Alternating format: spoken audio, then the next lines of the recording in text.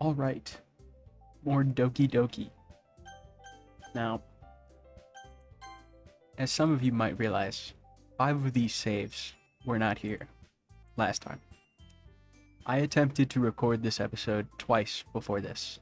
First time, OBS decided that it wouldn't record the entire episode. So then I restarted. The second time, OBS just decided to not record audio. So I'm going through this for the third time. Hopefully. Not any more than that. But, yeah.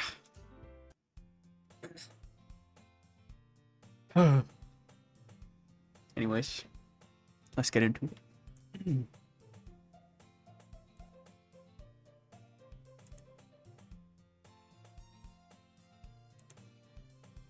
Well, I'm back at the literature club.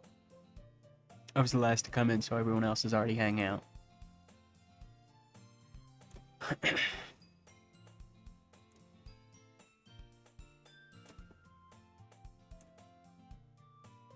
I do deserve slack.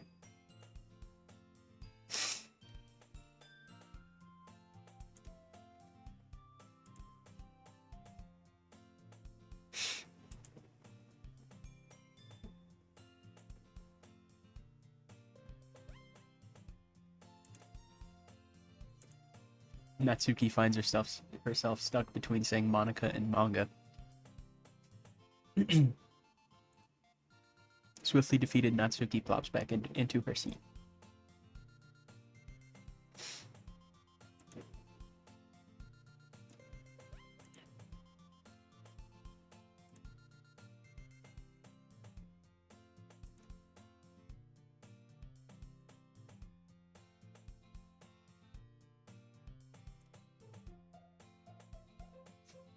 That's crazy.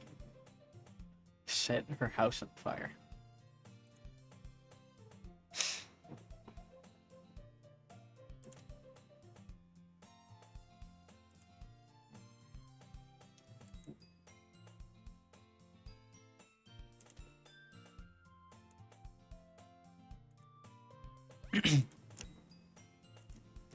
As usual, Sayori seems oblivious to the weird situation she just put me into.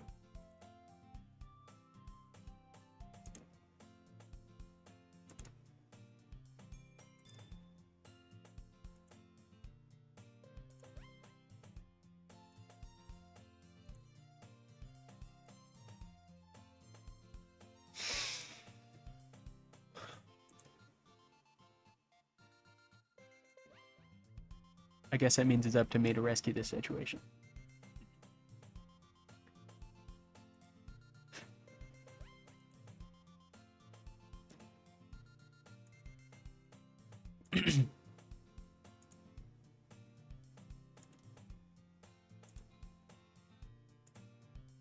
Yuri reaches into her bag and pulls out a book.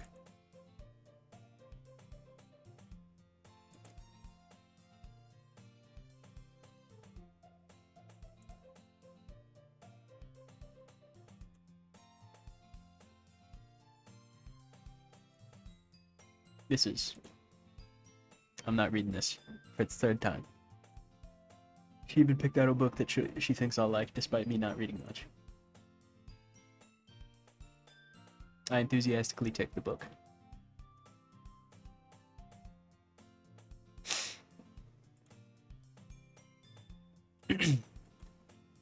Now that everyone's settled in, I expected Monica to kick off some scheduled activities for the club. But that doesn't seem to be the case. Sayori and Monica are having a cheery conversation in the corner.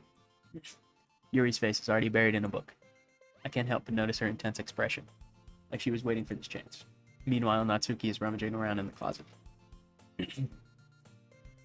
I'm really curious to talk to Yuri a little bit more, but at the same time, I would feel bad for distracting her from reading. I catch a glimpse of the cover of her book. It looks like the same book that she lent to me. More than that, she seems to be on the first few pages.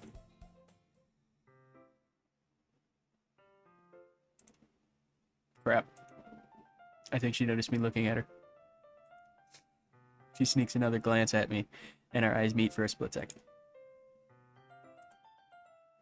But that only makes her hide her face deeper in her book.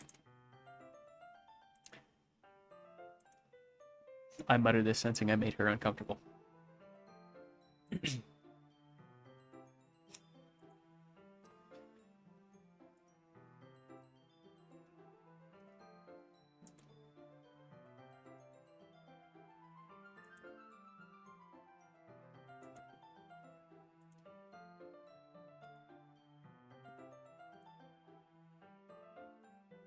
It's pretty weird, 2 copies of the same book for no reason.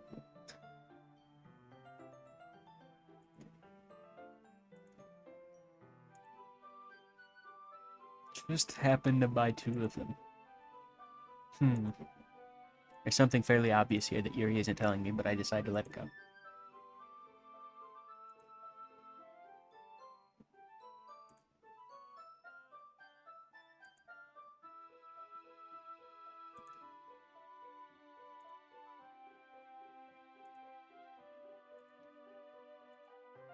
Yuri closes the book and scans her eyes over the back. The book is titled Portrait of Markov. There's an ominous-looking eye symbol on the front cover.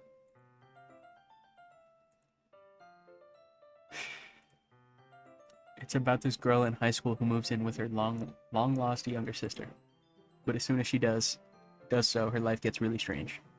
She gets targeted by these people who escaped from a human experiment prison. And while her life is in danger, she needs to desperately choose who to trust. No matter what she does, she ends up destroying most of her relationships, and her life starts to fall apart. Kind of dark, isn't it? Yuri made it sound like it was going to be a nice story, so that dark turn came out of nowhere. Or came from nowhere. Yuri gently giggles all of a sudden. It's not funny.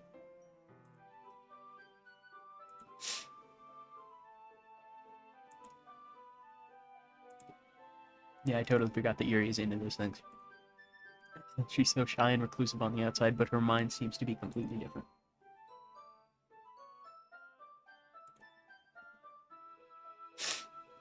They challenge you to look at life from a strange new perspective.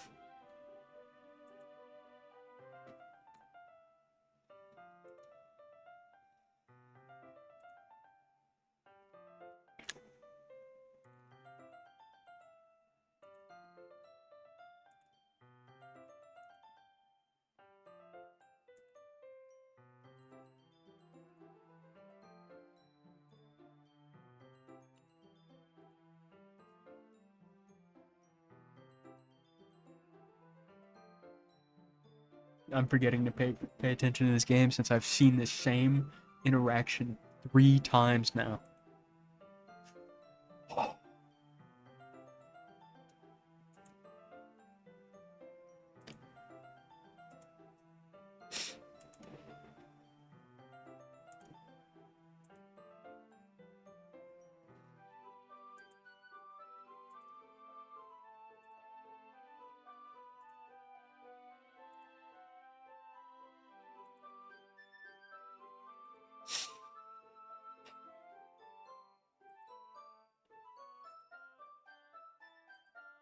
I quickly retrieved the book that I had put into my bag. I slip into the seat next to Yuri's.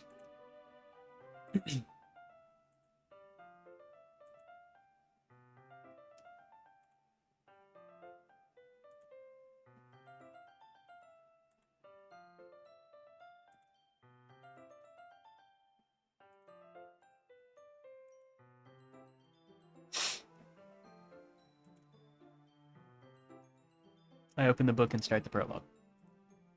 I soon understand what Yuri means about reading in company. It's as if I can feel her presence over my shoulder as I read. It's not a particularly bad thing. Maybe a little distracting, but the feeling is somewhat comforting. Yuri is in the corner of my eye. I realize that she's not actually looking at her own book. I glance over. It looks like she's reading from my book instead. It's a waste of a second copy of the book. Not even gonna read it.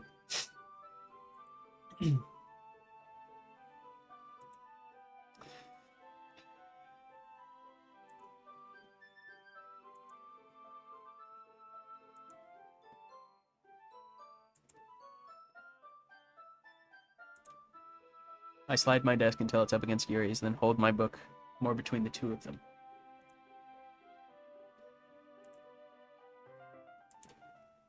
Yuri timidly closes her own copy. Once we each lean in a little bit, our shoulders are almost touching. It feels like my left arm is in the way, so instead I use my right hand to hold the book open.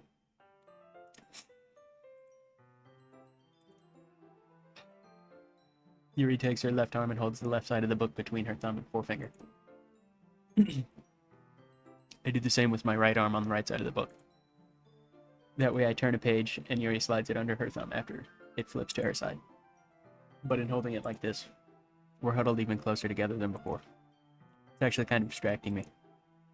It's as if I can feel the warmth of Yuri's face and she's in the corner of my vision.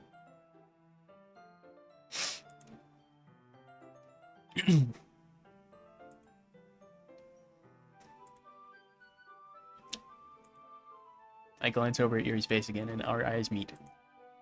I don't know how I'll be able to keep up with her.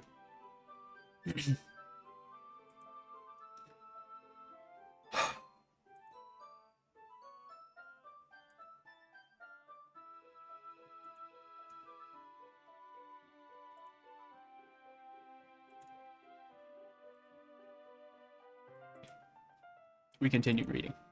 Yuri no longer asks me if I'm ready to turn the page. Instead, I just assume that she finishes the page before me, so I turn it by my own volition. We continue the first chapter in silence. Even so, turning each page almost feels like an intimate exchange. My thumb gently letting go of the page, letting it flutter over to her side as she catches it under her own thumb.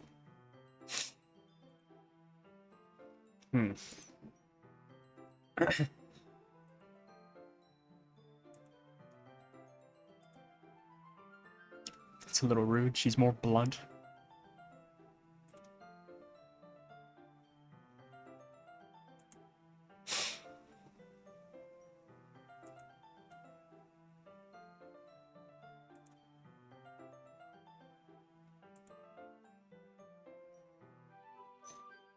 Just accidentally skip some of the lines. Hold on. Yuri remains silent for a moment.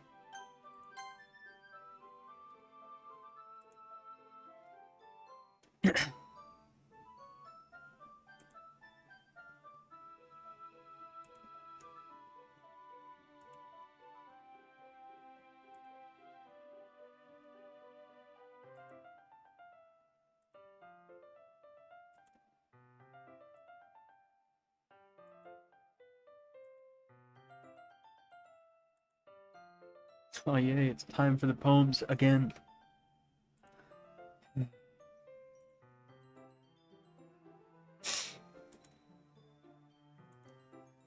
Yuri exhales, spared from finishing her thought.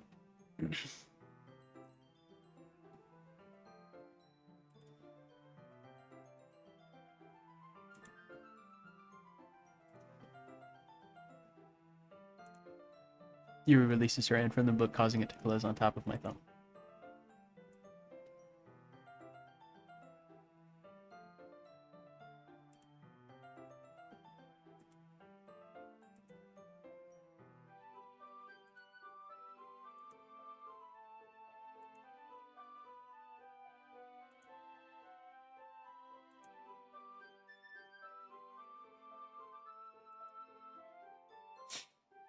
I stand up. I make a mental note of where I left off in the book, then slip it back into my bag.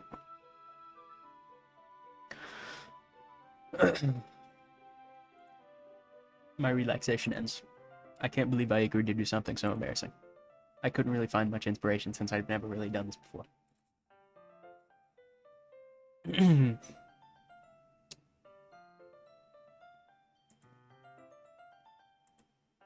Sayori and Monica enthusiastically pull out their poems. Sayori's is on a wrinkled sheet of loose leaf torn from a spiral notebook. On the other hand, Monica wrote hers in a composition notebook.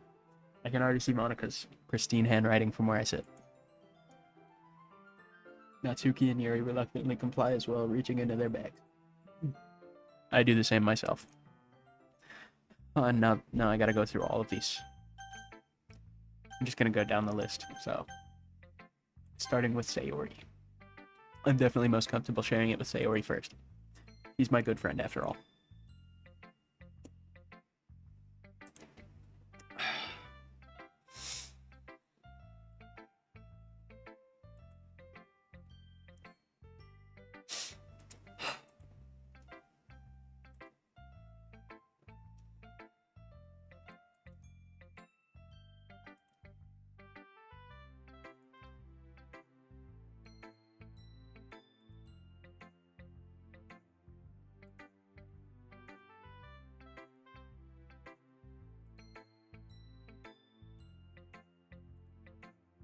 Not to mention the fact that I'm standing in front of you in the club room.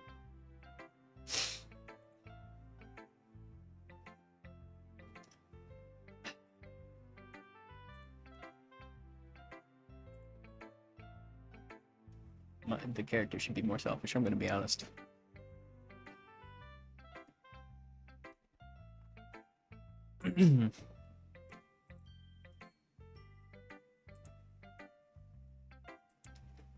I'm not sure if Sayori sees the full picture of my motive here.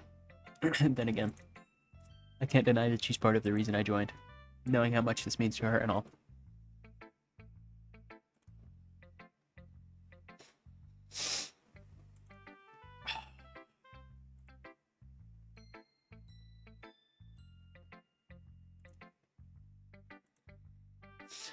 Oh, I gotta go through this poem again.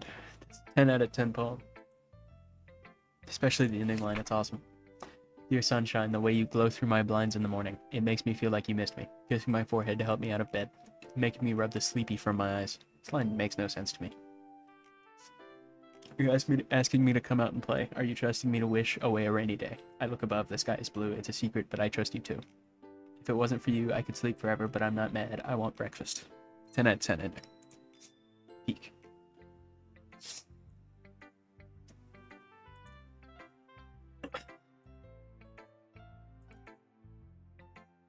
It doesn't answer the question.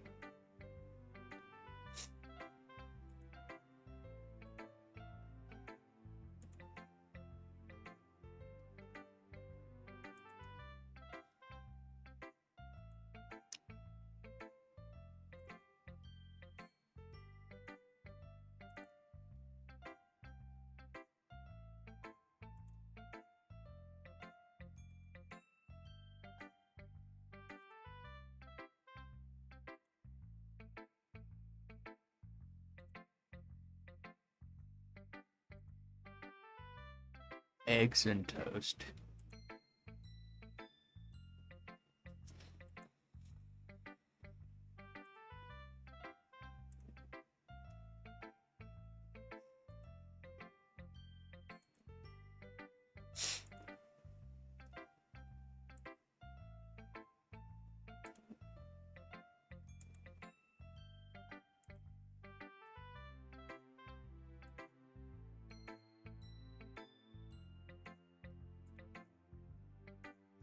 And the next one, Natsuki.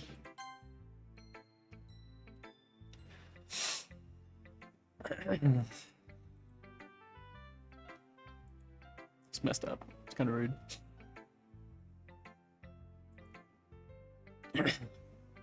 Sounded like it. Sounded that way.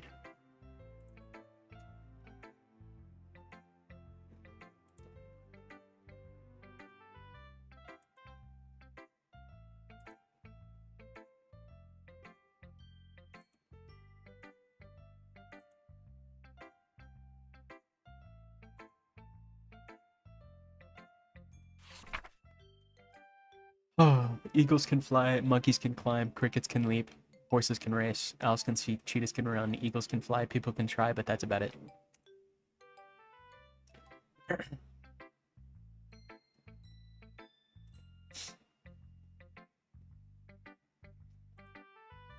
I do not.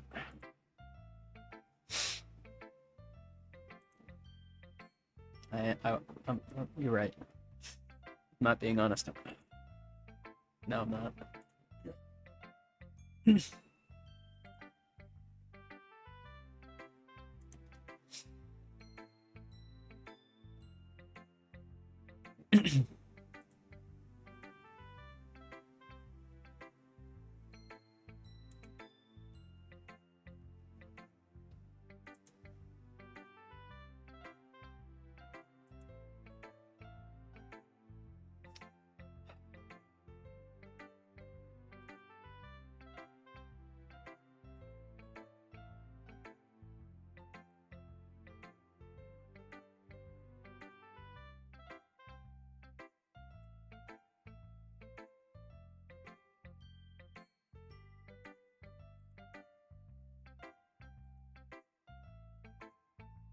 I think I skipped a line. Hold on.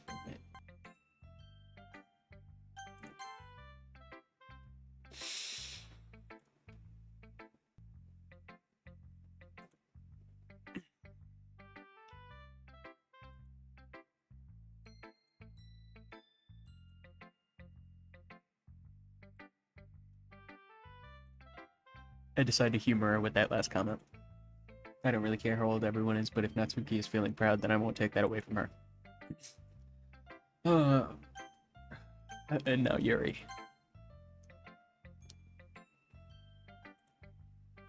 As Yuri reads the poem, I notice her eyes lighten.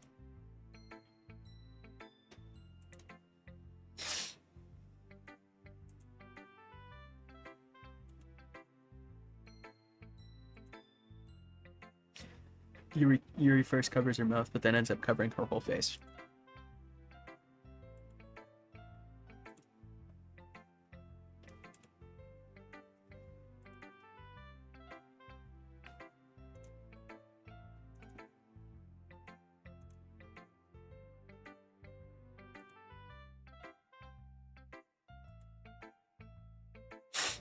It's not funny.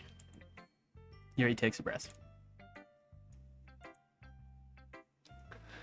None.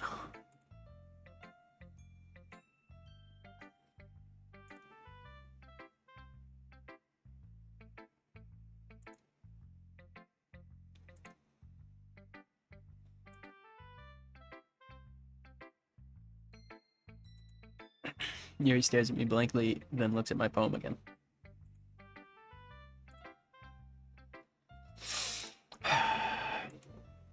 Yuri trails off, unable to find an excuse. She traces her finger along the words in the poem as if breaking it down more thoroughly.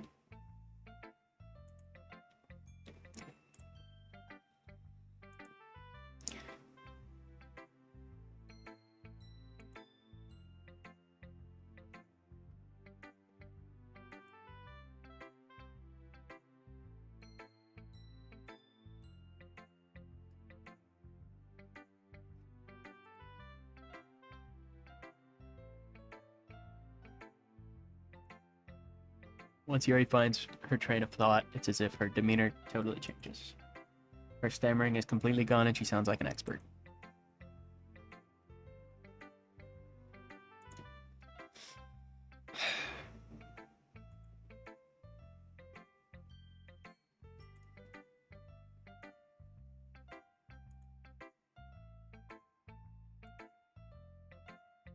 It's a little late to tell me that, considering she's already read my poem.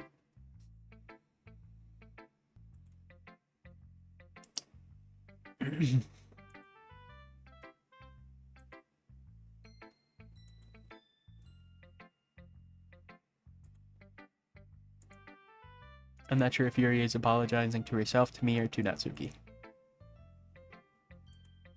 Poem number 3.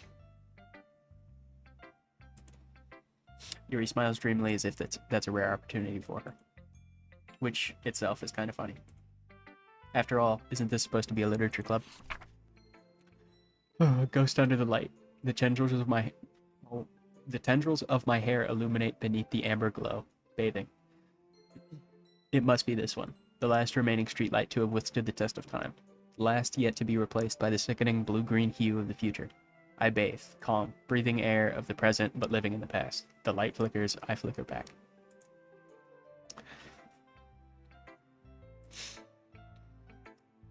It's just cursive.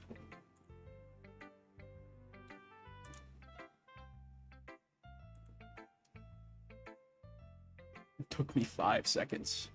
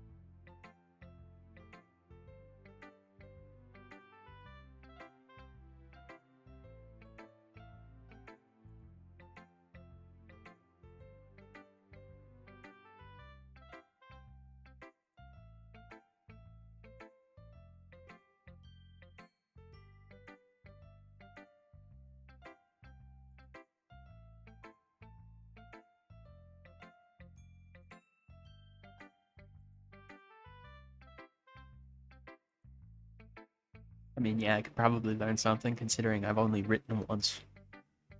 Or the character's only written once. Written a poem, anyways.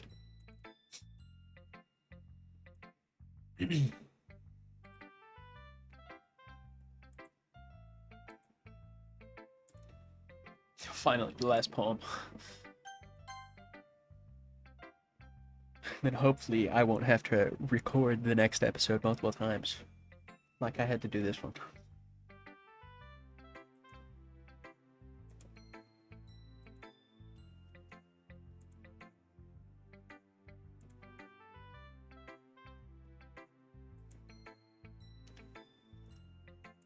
Always listening. Of course I'll be afraid to bring things up. I'm much better off just going with the flow until I'm more settled in. Kinda have to.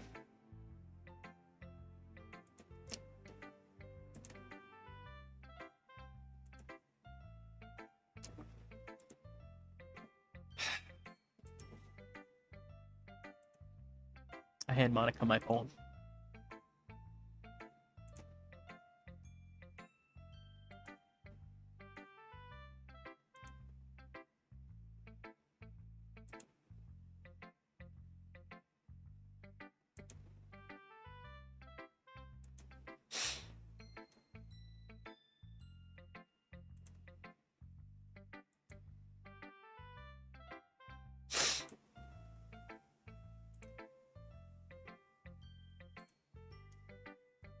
Full of imagery and symbolism.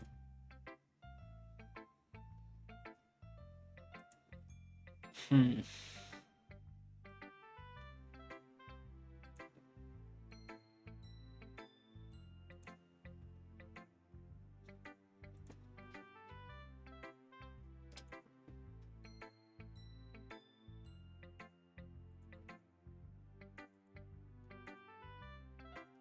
yeah, there's no way near. There's no chance I'm near her level. Only written a poem once.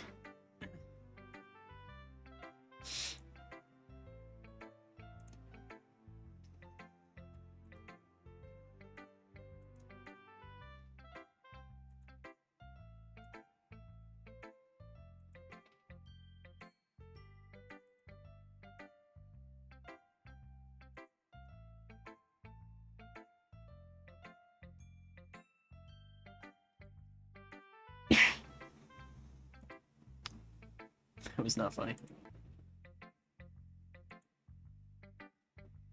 Kinda have to.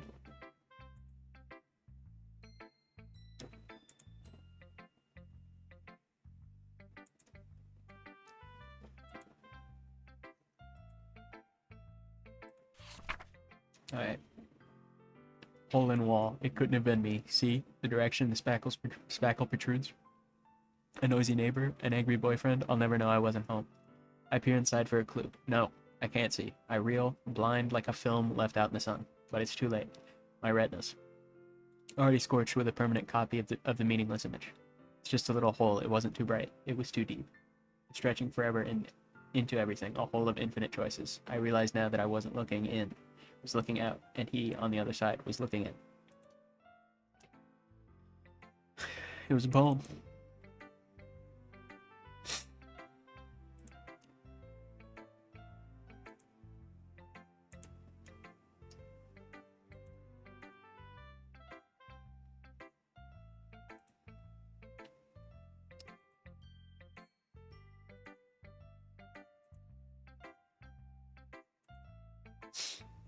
An epiphany. Maybe foreshadowing of future events in the game. Maybe.